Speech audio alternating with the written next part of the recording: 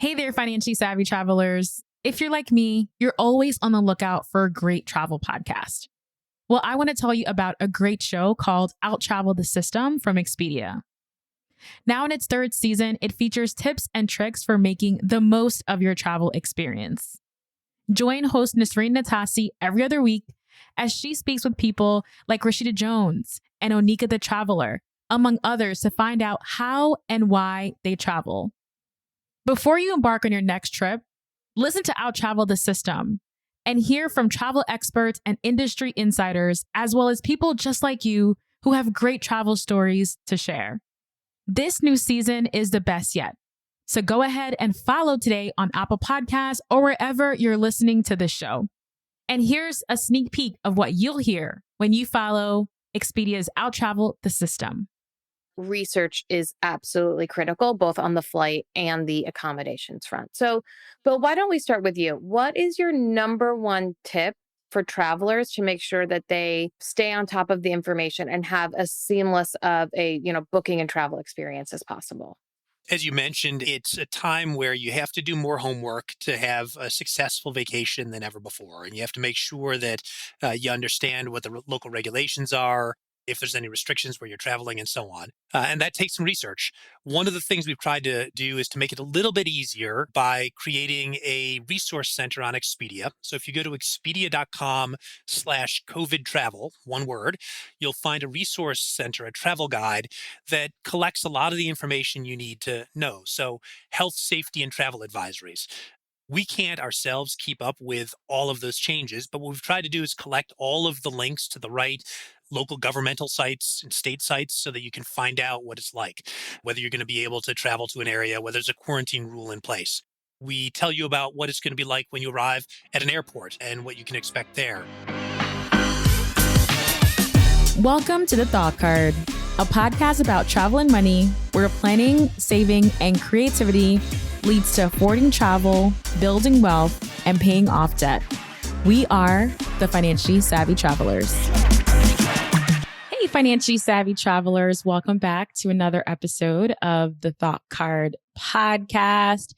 Every episode, I always say we have a special guest, but truly, Kristin is one of my favorite podcasters, and I couldn't believe she said yes when I asked her to be on my show. So I am totally going to be having a fangirl moment, but I know you all can relate to that. Kristin Wilson is a long-term digital nomad and expat who has been living and working across 60 countries for nearly 20 years. She is the founder of a fully distributed remote relocation company through which she has helped more than 1,000 people move to foreign countries. Today, she shares her knowledge and tips on the location independent lifestyle as the host of Badass Digital Nomads podcast and 2 YouTube channels, Traveling with Kristin and Digital Nomad. Kristin is a top writer on Medium and Quora in topics such as business, travel, technology, and digital nomadism. Kristin, thank you so much for coming on to the Thought Card podcast. Super excited to have you. Thank you so much for inviting me, Danielle. It's great to be here, and hi to everyone listening. Yes. All right. So we've had past guests that have shared with us what remote work looks like, what's location independence, and becoming a digital nomad. But I wanted to invite you on the show to talk more deeply about the movement, the history, the rich history and context of this type of lifestyle, as well as sharing some of your tips from so many years of experience and being able to not only live and work abroad yourself, but you've helped so many other people transition to this lifestyle as well. So I'm really, really deeply honored to have you. And it's truly an inspiration for someone. For me, I remember listening to your show, Badass Digital Nomad, and you had just lightly dropped that remote work has been a thing since the 1970s. And that statement and going off and doing my own research really opened up my eyes. And I was like, wait. This is 2020. Like, this is like, decades later. So again, that was long and winded, but thank you again for being here. Oh, yes, you're welcome.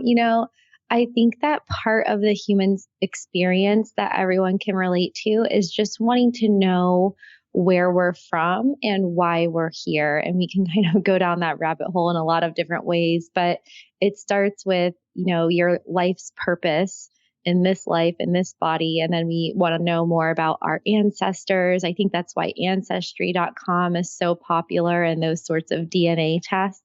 And then it goes farther and farther back to just kind of answer those bigger questions like, what are we all doing on this planet and the universe and blah, blah, blah. And when I started to look back at why aren't we all working remotely and trace back that history, I realized that working from home, working for ourselves, working from anywhere, and traveling nomadically is just a part of our DNA.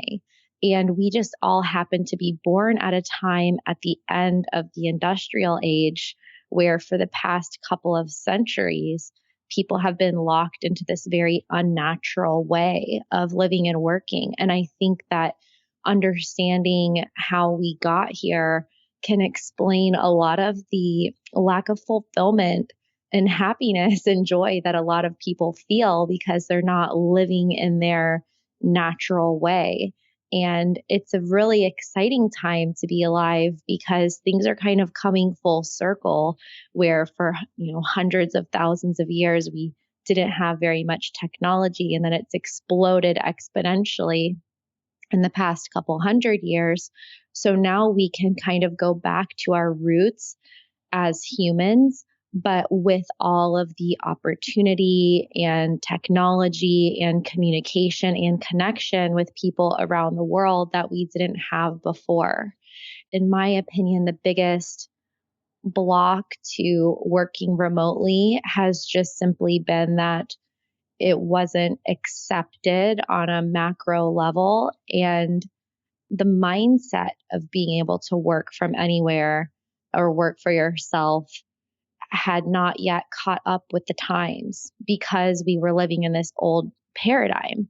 And so what I was talking about in this article on the history of remote work, which I wrote, I think in 2018, is that even though telecommuting has been technically possible since back in the 1960s or 70s, it was basically squashed by the powers that be. So it was suppressed by the CEOs of companies, and they kind of just wanted to continue promoting the status quo way of working. And so when I accidentally fell into an unconventional lifestyle through studying abroad in college and then living abroad and realizing, wait a second, I don't have to work in a cubicle. I don't have to work a 9 to 5. I can live in Costa Rica on the beach and ride a 4-wheeler to work and work from anywhere. And, just kind of started with that and never stopped. Then coming back to kind of be the messenger to tell people hey, there's another way of living and working. And not only is it possible for you, it's been possible for our parents, but they just were stuck in a system that didn't want them to think it was possible. And so now the pandemic has shifted everything forward so that I'm convinced that if the pandemic didn't happen, we would have remained locked in the rat race model for probably another decade or so to come, with companies saying remote work doesn't work for us, and really latching on to the negatives of remote work and trying not to relinquish that control to their employees. But the pandemic has proven that remote work can work for just about anyone, or at least a flexible work model. But even the year before the pandemic happened, I had friends at massive Fortune 100 companies that I was trying to get in there and give presentations on remote work, and they did not want to hear it because in their human resources departments and their executive teams, they were just so anti-remote work. They didn't even want to consider it. And now that they were forced to, those very same companies, CEOs are being quoted in, Forbes and the New York Times and blah, blah, blah about as resources to how to lead the corporate world into this new era of remote work. And I'm like, those are the very same people who told me 18 months ago that remote work didn't work for their company. So long story short, remote work has been possible since the 1960s. And there have been some whistleblowers saying, hey, we can do this. It makes total sense. It's logical. But the people in power, so to speak, did not want to consider it. But now here we are. You know, one of the words that while you were talking that just stood out to me was stuck. The feeling of being stuck in the life that you've built for yourself, right? Especially if you're in the corporate track of 9 to 5, like you go to school, you get degrees, multiple, you're in a ton of student loan debt traditionally, and now you are stuck. But what I love about your whole platform that you build is inspiring folks to think about the possibility and advocating for yourself. And that Washington Post article that you noted was a big game changer for me personally in my life, because I was like, why am I stuck when I can do everything I'm doing remotely? And this was before the pandemic too. So that pushed me to actually ask my job to be able to work remotely a few times a week. And I was hit with the no. They were like, that's cute, but no. But it wasn't until I was about to leave, like I found another opportunity and they wanted to keep me and they offered that as an option. So it was kind of like when their backs were against the wall, then they were willing to cave in partially. But what are some of the reasons that you think that traditional 9 to 5 employment, they're so anti remote work? You made such a good point just there that hasn't been talked about much, but everyone listening should know this. So in one of the articles I wrote about how the world will change when everyone works remotely, this was also pre-pandemic, and this is something that people have still kind of shot down that they don't think is going to happen, is that the balance of power is going to shift or has already shifted from this top-down approach, trickle down economics sort of thing, to the employees having the power. So people who are feeling stuck, they have way more options than they think. So not only can they get another job, but they could also work for themselves. And I think people are starting to realize that their worth, like their salary from their 9 to 5 job, they are worth a multiple of 10 or 20 times greater than that to the company that they're working for. That's why they're getting paid that salary. The company is making a profit off of them. And so once the general public realizes that their skills are worth more than they're getting paid for them, that should empower people to walk away from jobs where they get a no from people. So either if you're listening to this, like you should be able to set your terms with your employer, because in a few years, everyone's going to be competing for remote workers. And so they're going to have to increase salaries and increase benefits and increase flexibility and all those sorts of things. So people shouldn't feel scared that they're going to lose their jobs or something. If they ask for something and they get a no, they should just realize that they have other options, and that all of these companies, like we've seen with the pandemic, with restaurants increasing their minimum wage and things like that, they're being forced into it. That's going to happen on a massive scale. Otherwise, it's going to cost those companies more to hire and retrain people to replace you than it is to keep you. So that's just a note with that. Your question was on why has it taken so long for the 9 to 5? And why are they so against it? Why are they so against remote work? I honestly think that it's just a mindset issue. So whenever I have gone into corporate offices, I realize that a lot of the managers and the people in charge haven't been exposed to anything different. So maybe they went from high school into the workforce or college into the workforce, and they are indoctrinated into the company culture. And change is scary. There's a lot of resistance to change, whether it's subconscious or overt. And so people just follow the path of least resistance. People thought they had to have so many meetings every day. And, like all of these old ways of working that were just the way things were done. that it was very hard to change a company with hundreds or thousands of employees. And it seemed crazy to let people work from home or work from anywhere because no one else was doing it. But then there was this whole hidden movement of people that were doing it on their own terms anyway.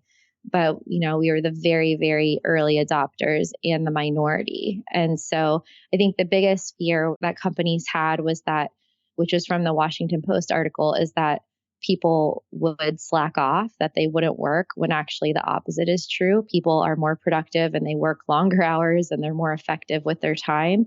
But that was the biggest fear, basically, that they would lose control, that they wouldn't be able to monitor and oversee their employees and look over their shoulders. So how would they know that they were working? And that was the narrative that was pushed for about 50 years until it was repealed by the pandemic. Yes, yes, yes. Which I think that's been, for me, one of the beacons of light and hope, even though it's been a difficult time. 2020 and even 2021 is giving me 2020 vibes still sometimes, but it's possible. Like, I've been working remotely for the past 15 months, and there's this article, a lot of articles actually. I'm on Twitter a lot, and you hear these articles talking about how something like 40% of millennials are choosing to leave corporate or to abandon it completely and become entrepreneurs or creativepreneurs or content creators or whatever the case may be, and or just going 100% remote. And there is a huge shift in the millennial culture happening right now. So would love to hear your thoughts on what have you seen happening now, and what are the pros of people and why they're actually more attracted to this lifestyle than what they were used to before in the past. Yes, I actually was doing some journaling yesterday, and I was writing about how not just millennials, but the younger and younger generations will not even fathom or consider the 9-to-5 corporate model that we have now, because they're being born into the time where that's basically outdated. So what we're seeing on a wide scale is these kind of tentative baby steps that people are taking. So first it goes from moving out of San Francisco into San Jose, or, moving out of the city into a suburb, because now you don't have to live next to the office because you don't have to commute so much. Some people are moving out of their neighborhood or out of their city center. Some people are moving to other parts of their state. Some people are moving to the next state next door. Some people are moving into rural America where they can get more for their money. They're buying farms, or they're buying, bigger houses. They're getting out of their studio apartments from New York City. Some New Yorkers are moving to Florida. We're kind of starting to see the beginnings of this mass migration. And then there's other people that have maybe even not even mentioned to their employers that they're not at home, and they're logging in from Mexico, or they're logging in from another place. So that's starting to happen. Also, people are starting to explore what would it be like to work from another country. So they're signing up for remote work retreats and co-living retreats and workations and things like that. And having gone through all of the different phases of being an expat and also being a nomad, there's these cycles. And what I've noticed with my relocation clients is, first of all, once people move to another country or take that leap, so to speak, the only thing they ever tell me is that they wish they did it sooner. They waited so long because it was such a big change and it was so scary. But then once they did it, they're like, oh, this wasn't so bad. This is actually a lot of fun. I'm actually learning a lot. I'm growing. I'm seeing new things. I'm meeting new people. I'm learning a new language, or, all of these new things start to happen. And they're like, what was I waiting for? So that's going to start happening. And then you enter this period of just pure exploration. And this can last for some people, it might last less than a year. For other people, it might last a decade. Or you might go through phases where you travel a lot and then you settle in a new place and live there, or you come back home for a while and then you go back out again. And then eventually people get kind of burnt out from traveling really fast and working at the same time. And so they just basically settle down in a place that they know that they like. They like the lifestyle, the cost of living works for them. They have a community there, and they kind of put down roots again. And then maybe they still travel because they can, but it's like more sporadic than it was before. And so I think we'll start seeing people get more and more comfortable with the concept of a home away from home and living and working anywhere and kind of going out like explorers into the world and finding their place in it. So like one of my friends, Eric, who I had on the podcast recently, we actually did like a 2-part podcast because we talked for so long, but I was asking him how he got from Ohio to living in Thailand. And he just traveled to like 80, 90 countries, and he decided that Thailand was his home. And so he stayed there. So that's the next phase that we're going to see in the next 3 to 5 years. And then once we hit a critical mass of people that are posting on social media, all of the stuff that they're doing in the places that they're living, it's going to become as normal to live nomadically or live anywhere as it was working in a 9-to-5 job. I'm excited. I love all this and I'm excited for it. Like my husband and I are always like, why are we in Connecticut? It's so cold here. And it's because we have lived here, like my husband has lived here for his entire life. Again, you feel like it's an obligation. And this is not the case. You can choose what your path looks like. I should warn that it can be really disorienting because this is something I've been saying for years. Most people live someplace for a couple of reasons. Either they were born there, their family is there, their job is there, or their partner is there. And so when you don't need to work where you're from, and let's say you grow up in the Midwest and you want to move to New York or California or something like that, then you live there because it's your work. So when you can work from anywhere, your family and friends are scattered all around the country or around the planet.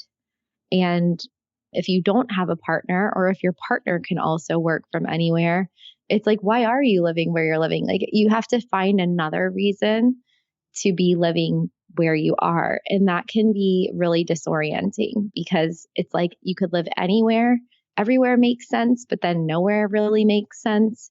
And that's something that I still confront on a regular basis because right now I'm living in Miami because I really like the location. I like the activities that there are. I like the surroundings and the palm trees and the boats and the music scene that's here. I'm around 3 different airports.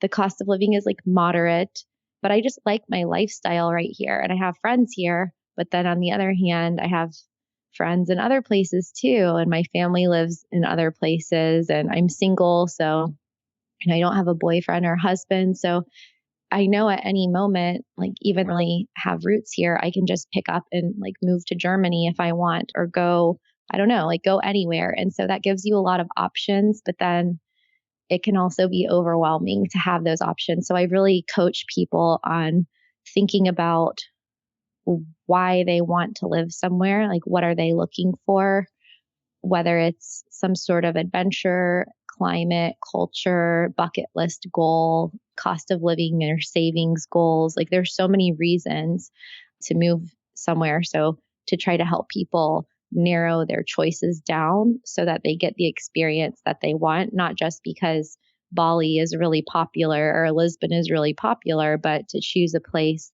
that's going to work for their goals and their innermost dreams and their lifestyle. So that question of like, why are we still in Connecticut? I think a lot of people are having that. You know that you can always come back there later because that is home. So it's like, okay, we're just going to leave the nest for a little while.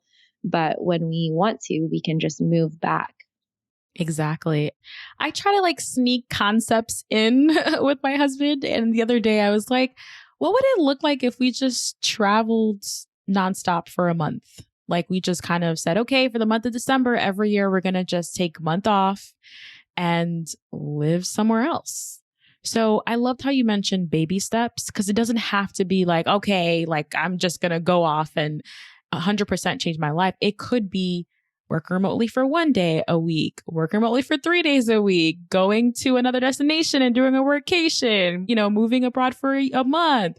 So there's a lot that could be done. I think it's about the mindset and just knowing that you have options. Because again, for me, that big word stuck is how I felt for most of my 20s, but not in my 30s, no more in my 30s. So I'm really excited. You mentioned a lot of destinations, like we talked about some Bali, some Germany, and I've definitely seen a trend. I've seen places like Tulsa Remote. So Tulsa, Oklahoma has a remote program where they're promoting remote workers coming to their destination. I also saw that Puerto Rico also had a page on their website, their tourism board, all about remote work. So destinations are raising their hands and saying, hey, like pick me as a destination to come to if you're choosing either a digital nomad lifestyle, working remotely. So I know there's a new concept, or maybe it's not even a new concept, a concept called digital nomad visas. They're a thing now. Can you explain what they are and if they're a good thing that we should be considering?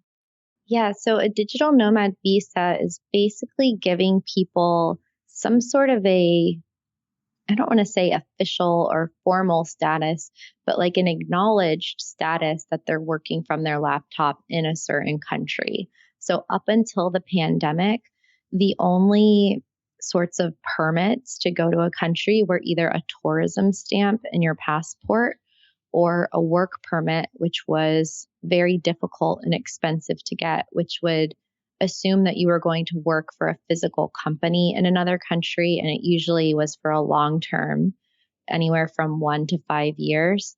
And then there were also permanent residency options and then citizenship options. So to live in another country, you either could just stay there on your passport for however many days your country citizens were allowed to be there. In some cases, it's 30 days. Typically, it's 90 days. And in some cases, it could be up to 180 days at a time. And so digital nomads just lived in this undefined gray area where when we got to the airport, we would just act like we were coming in for tourism because we basically were. We're not taking away from any jobs. We're just there to sightsee and have fun and enjoy that country. And then also we're working from our hotels or our Airbnbs on our computer. So that's what most people did because there weren't any other options. But then Estonia and Barbados were the first two countries to create a digital nomad visa and promote it for marketing purposes. And Barbados, their visa didn't really offer many benefits over just going with your passport. So they were charging a lot of money to say, okay, you're a digital nomad, you're allowed to work here. But realistically, people could have just gone there with their passport and worked there anyway. I mean, it was not official, but that's what people were doing. So in the case of Estonia and some other places like Dubai and the Emirates, they are offering more value in their visas where you can stay longer. So in Estonia, Americans could only go there for up to 90 days with a passport because Estonia is part of the Schengen zone where you get 90 days to stay cumulatively between, I think it's 26 or 27 different European countries. And then you have to leave that zone for another 90 days. So basically leaving the continent or going to another country that's not in the Schengen zone. But in the case of Estonia, if you apply for their visa and you can stay for up to 1 year, then you can basically use that as your home base. And then you can still travel throughout other Schengen countries for up to 90 days at a time during that time. So instead of leaving the continent, you could just go back to Estonia when your tourism stamp is up. And so just like with remote work in general, we're seeing a critical mass where there's at least probably 30 or 40 countries that are offering some form of a digital nomad or remote work visa. And so everyone else is going to do it too, because they don't want to be the countries that are left out. But ironically, the most developed Western countries, like let's say Canada and the United Kingdom, have the strictest requirements when it comes to getting work permits and temporary or permanent residency. So they wanted to discourage people from going there, make it really difficult to get. But now with the digital nomad movement, we're seeing the opposite happening, where countries are trying to make it easier for digital nomads to go there and even offering incentives. In Costa Rica, I heard they're talking about allowing digital nomads to open a bank account. And for decades, it's been extremely difficult for foreigners to open bank accounts in Costa Rica. So it's like everything is flipping around. In a way, I think it's overkill because the digital nomad population has such a slim economic impact compared to tourism, for example, but it works really well for PR purposes and for generating attention and publicity about your destination. And so a lot of the countries, governments, and tourism boards are just throwing together these digital nomad visa packages that, even if they don't really provide a big value to the digital nomads who could just go there anyway on their passports, it has a good headline, basically. It's like, go work on this Caribbean island, or even like now there's the Cape Verde in Africa digital nomad visa program. But there's like a lot of places that I probably wouldn't want to live for an entire year. Like I might want to go for a month or so. I have a video on it that we can link to in the show notes where I go through, I have like a gavel, like in a courtroom, and I'm approving or denying each visa. Like, is this visa worth it? Yes or no? Yay or nay? People can check that out if they want to get more information. And then I'm also coming out with a digital nomad visa guide, like an ebook or a database where people can look up each country and see what the requirements are, what the cost is, and what the benefits are, to see if it's worth it for them to try to get one or just go with their passport for tourism. I love that. And I can't wait to watch that video. Sounds like a lot of fun for the viewer. Again, it's just so incredible to see all of this activity. And being in the travel content creation space, I do see the PR angle that you mentioned. I do see the buzz. I do see the headlines. And it makes you consider destinations that perhaps you would have never thought about before. You're like, oh, you're catering specifically to me. So definitely can see that. All right. So I wanted to switch gears a bit before we dive into the money and budget section, which is always my favorite section, but would love to talk about the non-tech skills that you think are important for digital nomads, because I think a lot of people are going to rule themselves out without even knowing the full scope. So would love to hear from you. What are some of the non-tech skills that you think are important when transitioning to this lifestyle? That's a great question, because so many people think that they need to be techier to be digital nomads, or people are kind of turned away or discouraged from working remotely because they don't think they have enough tech skills. But in reality, if you're an adult on the planet right now, you probably have the tech skills that you need to work remotely. Like I've been working remotely for so long and I'm still really bad at WordPress. I don't know how to build a website. Like I do the drag and drop kind of website builders, and you can always hire or subcontract on Fiverr or Upwork for anything that you don't know how to do. So I have a podcast and an article on the 8 skills that you need to become a digital nomad, and they're mostly soft skills. So if you know how to use email, if you know how to use Zoom and messaging apps like Slack, even if you went to college and you were submitting your papers electronically to your teachers, you have the skills to work remotely. The biggest things are those soft skills that you would need for a job anyway. So anything that in a traditional job that recruiters would look for, like good communication skills, good organizational skills, being a self-starter, being somebody who's proactive, who can get things done, who doesn't need a lot of direction and oversight. That's important. Having a flexible mindset where you're always learning and growing, and you can, think outside of the box, think outside of the confines of your job description. These are all things that will serve you well as a remote worker kind of out there alone in the world. And also persistence and determination, because what happens when you travel while you're working is that you just open up to the potential for more things to happen. And some of those can be good and some of those can be bad subjectively. So when you're just going from your home to your office every day, and maybe you stop by at Starbucks or you're on your commute, there's not a big opening for things to go wrong. Like maybe you wake up on the wrong side of the bed one day and you're running late and like a bird poops on your head and, something like that happens. Someone spills their coffee on you in the subway. But when you're living in another country or you're traveling while you're working at the same time, all of a sudden you have all of these other X factors and elements that can go wrong. So it's like your flight's delayed, your luggage gets lost, your stuff gets stolen. Like all of these things can happen just because you're in a new environment or you're out of your element. And so this kind of resilience and ability to go with the flow and know that like, okay, if you're having a bad day, like just start over tomorrow. Those are all helpful skills for nomads and remote workers. Definitely being organized, being able to set a routine, stick to it, get your work done from anywhere. That's super important. And then there's also, I think, being open-minded and realizing that your worldview might be limited. If you haven't lived abroad before, there's a lot that you don't know. And so kind of going out there and not trying to force your way of living on other people, but just being aware and open to what you're going to learn from the new country that you live in and from the people that you meet.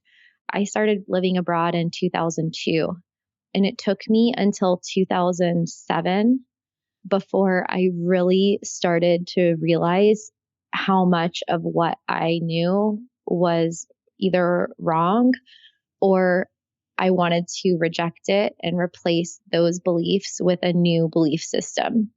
And so it might take people like a few years before they realize that some of the things that they thought were true for their entire lives were not necessarily as accurate and dependable as they thought. So I think having an open-minded attitude and like a learning and growth mentality is going to be really helpful for helping you succeed more in your career, helping you connect with people from other countries and other cultures, and also just having more fun because there's going to be more surprises that come up. And that's part of the beauty of life is these like spontaneous things that happen. Yes. And this is a great segue to my next question for you is having fun and also traveling and working. That's like a lot of priorities or a lot of things going on. So would love to hear how you define your routine and work schedule so that you can be productive in your business and still able to go out and explore if you wanted to. Yeah, I like to look at it on a micro level and a macro level. So like, let's say you go on vacation. Have you ever said you need a vacation from your vacation? All the time. So it's like when you actually live a traveling lifestyle, like that can become your day-to-day reality, and it's really exhausting. So I always encourage people to slow travel first and foremost, or to even take a sabbatical and maybe not be working at all if they want to go travel. So to look at your work responsibilities, your role, and your career goals, and then choose to travel accordingly. Like maybe you want to just stay where you are and do like a 1 month per year living in Italy and working from your laptop in a vineyard in Italy or something. And that's like pretty mellow. You can have fun. You can set a routine. You can eat some good food, drink some wine, or you can also be productive. Like I look at it as seasons. So if you are in a very high intensity work season or career season where you are trying to achieve some really lofty goals or climb the remote corporate ladder or build a business from zero or go full time into your side hustle, it is not a good time to be traveling to a new city every week or every month and to be expanding your social network to meeting hundreds of new digital nomad friends. You're going to burn out because it's not normal to be networking every day and sightseeing every day and finding internet every day and a co-working space and food and like checking in and out of Airbnbs and packing and unpacking bags. Like that's too many things on your to-do list every day. So I encourage people to think like realistically about what their work responsibilities are and then leverage that by choosing a destination in an environment that's going to support those goals. So if you want to go write a book, you might want to go to a really remote area of the northern part of Finland or Norway or Estonia or somewhere that's cold and cozy that has good internet and no distractions and no noise and go write your book for a few months. But if you, let's say you have a passive income business and you just have to work 10 hours a week and check in on your virtual assistants or something, you might want to go to Thailand and do like a yoga retreat on an island or go to some big conference or something and meet people or go camping or go to a music festival. You might want to go do things that, you can go off the grid for a little while. So you want to think about it in the broad perspective. And then also make sure that the pace that you're traveling matches what you need to do to get things done.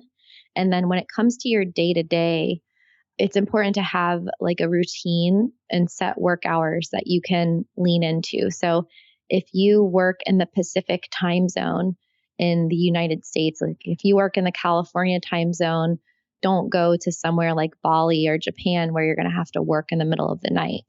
Put yourself in a place maybe in Europe where you can have your mornings free to do what you want. And then you can clock in the afternoon when everyone's waking up and you have like your work schedule that day. The other big thing for remote workers, what I like to do is what Cal Newport teaches. He didn't invent it, but he has a really good time blocking journal. He teaches this time blocking method where you basically assign a certain number of hours of the day to a specific task so that you're not always blending your deep work with your shallow work.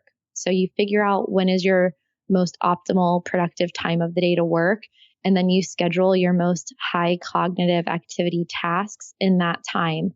Because what happens with remote workers, especially if you work for a company that doesn't know how to do remote work correctly, they want you to be on Slack all day. They have Zoom meetings scheduled all day. And it's really hard to be productive when you're also communicating at the same time. So you want to make sure to separate your actual deep work that you need to do for your job with your communication work. So like I only check email really once a day at the end of the day, because I don't want to be checking my inbox 8 times a day, because every time you switch between tasks, it takes you 15 minutes to refocus on the task that you were doing. So as a remote worker, you got to really talk with your supervisors and superiors and set those times that you're going to be communicating with people and block off the rest of the time where your phone is literally off, or it's in your backpack, or it's in your bedroom and it's just like far away from you. You have your notifications off, you have Slack shut down, you have your inbox closed, and you're just working on one thing at a time. And that's how remote workers can get their work done from a sailboat in Croatia and not burn out and have fun at the same time. I love that. And a word that came up for me is like the discipline, like having the discipline and communicating those boundaries to others is very, very important. It's all related, right? Like you need to be able to work and make an income so that you can go off and live the lifestyle that you want. So making sure that those two are balanced together makes a lot of sense. Yeah. And not assuming that your boss knows the best way for you to work. Like your company might have their culture and your personal work style might be different. And so if you can't reason with those people and if they won't let you do your job, then it might be time to get a new job or go to a company that is remote first and they understand that everyone has different work styles. Right. Excellent. All right. So we're segueing to our last bit, which I would love to talk money and finances with you. So as a digital nomad, diversifying your income streams is important. That's a statement that I've seen. So what are your favorite income streams and why is diversifying so important? Well, diversifying is important as the pandemic showed us, because if you're relying on one income stream and that income stream gets cut off overnight, then usually the only safety net for people is government assistance. And my dad always worked in government, and he always told me never to rely on the government for help. So I'm glad that he taught me that at a really young age, because even though I was directly impacted by the pandemic, because I have a relocation company where people could not travel and move to other countries because the borders were closed, the airports were closed, everything was in lockdown, it was still really difficult to get assistance. I know people who worked at law firms that got millions of dollars and, salaries, and their companies were doing better during the pandemic than they were before. But then for sole proprietors and entrepreneurs and small businesses, it was really hard for people to get money, or it would be like a paltry amount. Like, here's $100 per week for your business. Like, that's not going to pay the bills. So by having different income streams, you can put more resources into one of them if another one gets cut off. So I would say one of my main income streams has always been consulting through my relocation packages. Before that, I worked in real estate. So my main form of income was through real estate commissions. Then I switched to a per project consulting based method. And then I started adding affiliate income. And during certain years, the affiliate income, which is scalable, exceeded my consulting income. And so that was always good because it's not active income. It's like more passive, but that's also an ebb and a flow. So during years that I made more off affiliate income than consulting income, that was great.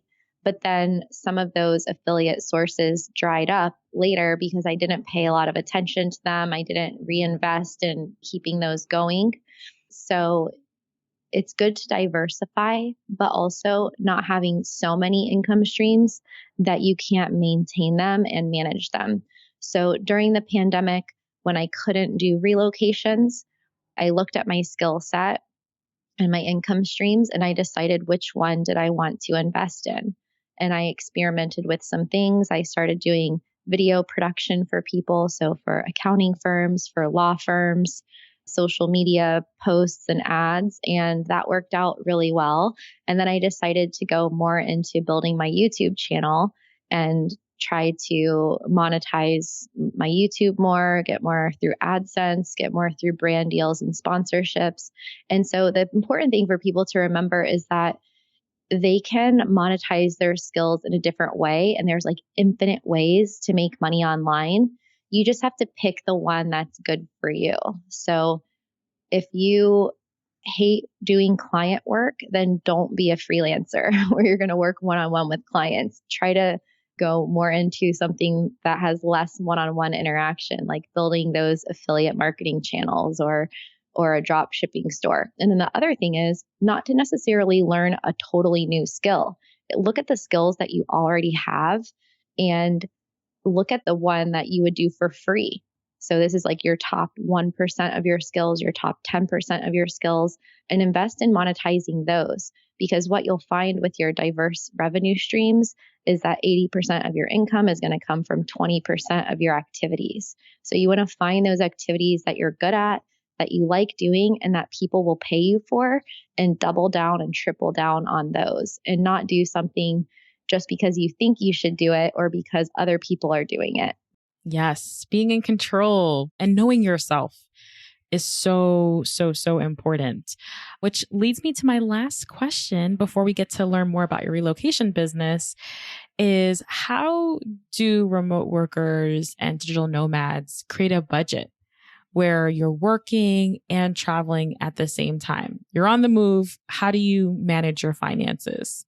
Yes, it can get a little bit complicated. This is why I've actually created a free digital nomad budget that people can download at my website at travelingwithkristin.com.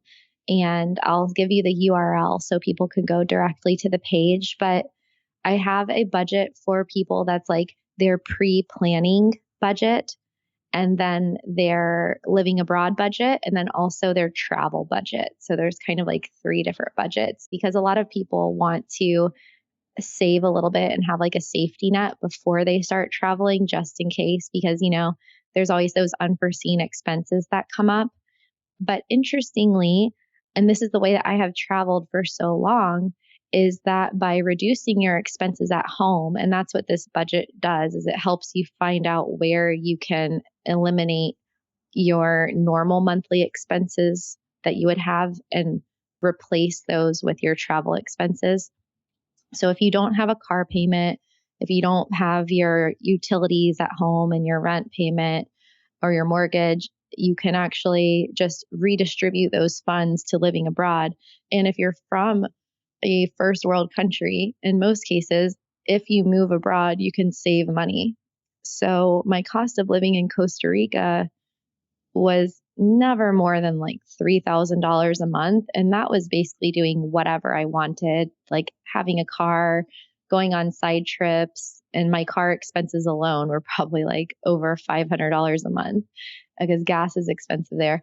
But that same amount of money, like let's say you live on $2,000 or $2,500 a month in another country, that's the cost of my apartment in Miami right now. So right now I'm paying more in rent than my entire cost of living in Costa Rica. So you can actually save money, ironically, by becoming a nomad if you slow travel, or if you even become an expat and move to another place. So you will spend less money on Amazon and less money on your internet package and those kinds of recurring expenses. And you can shift those funds to a plane ticket instead. I love that.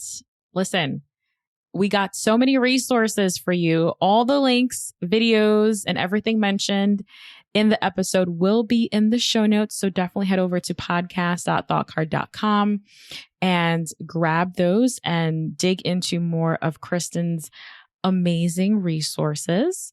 So last but not least, Kristin, can you tell us more about your relocation business, any offers that you have right now, and your podcast, which I love? Sure. So my podcast is called Badass Digital Nomads. And I started it because I wanted to tell the stories of all of the different types of people that I had met as a digital nomad, or even as an expat living in another country. So before I was quote unquote nomadic, I lived for 8 to 10 years in different countries, specifically Costa Rica, Australia, and I just lived there and I had a regular job. I met so many people from around the world by living in other countries. And then when I became nomadic, I met even more people. So I started this podcast to tell their stories.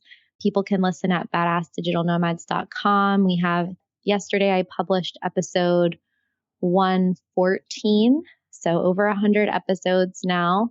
And then I also have my YouTube channel, Traveling with Kristin, where I try to show more about my life as a nomad and how I travel abroad and what it's like in these other countries. So less interviews and more like how-to content and travel content. And then with relocation, so I've been doing one-on-one relocations with people for over 10 years now. So people can hire me to single-handedly plan their move to another country, whether you're going for 3 months or permanently. They can get more information at travelingwithkristin.com. Just click on relocation and you can fill out a form with all of your information of where you want to go. But my relocation packages are pretty expensive because they take like 3 to 6 months to plan. So they can cost thousands of dollars. But I'm, for the first time ever, creating a relocation course that will also be available on my website. And this is the first time ever that I am sharing how I do relocations publicly. So I have never written a blog about it. I've never done a podcast about it, a video about it. It's always been done behind the scenes. But now I'm creating a framework through a course that people can buy and do it themselves and basically follow my step-by-step process for how I relocated over 1,000 people to 35 different countries. We'll give you guys a discount code for your listeners so they can be some of the first people to try out that course. And that will be launching the first week of August in 2021. Excellent. Excellent. Now, listeners, what I want you to do right after this is take a second and think through what has been the most impactful thing that we discuss on the show, and reach out to both me, the Danielle Desir on Instagram, and Traveling with Kristin on Instagram as well. And let us know what you took away from this podcast episode. We'd love to connect with you, and make sure you definitely head over to Badass Digital Nomads podcast. It's one of my favorite podcasts, so highly, highly recommend. All right, financially savvy travelers, that's all for this episode, and I'll catch you in the next one. I hope you enjoyed this episode, but don't forget there's way more where that came from. When you become a supporter of the show, you'll get bonus episodes, additional tips on affording travel, real-time updates, as well as strategies for building wealth and creating multiple income streams. Head over to thoughtcard.com/join to support. Also, be sure to follow me on Instagram. I'm at the Danielle Desir. Slide in my DMs and share with me your thoughts about this episode. What did you enjoy? What stood out to you? Let me know. I'd absolutely love to connect with you outside of the podcast. See you in the next one.